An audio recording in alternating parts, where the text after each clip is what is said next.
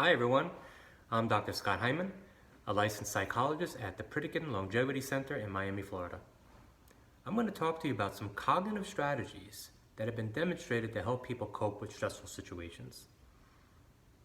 Oftentimes, when we face challenging life situations, we find that our minds can swerve into a dark place and we experience very negative patterns of thinking. We can become much more self-critical and more doubtful of our abilities.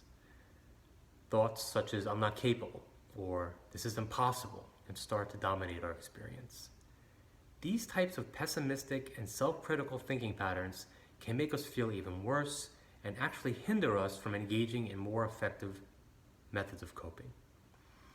So there's generally two strategies that may help you manage these negative thoughts and get you through a stressful situation. The first is based on the idea that if we can scrutinize and challenge the logic of our own thinking, much like a trusted friend would, we can actually become more balanced in our thinking and improve how we feel and how we function. To do this, you'll want to start paying closer attention to your thinking when you're feeling stressed out, and try to identify exactly what it is you're thinking when you feel that way. Ask yourself if there really is any evidence for the validity of the thought you're having, and if there maybe is another, more rational way of looking at the situation. Is this really impossible?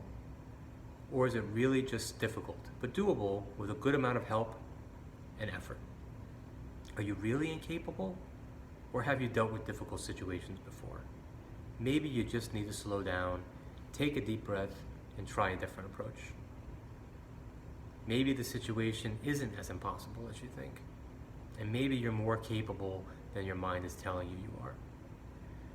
The second approach is based on the idea that you don't need to believe everything your mind tells you. You can accept that your mind will tell you some not so nice things at times. It happens to all of us.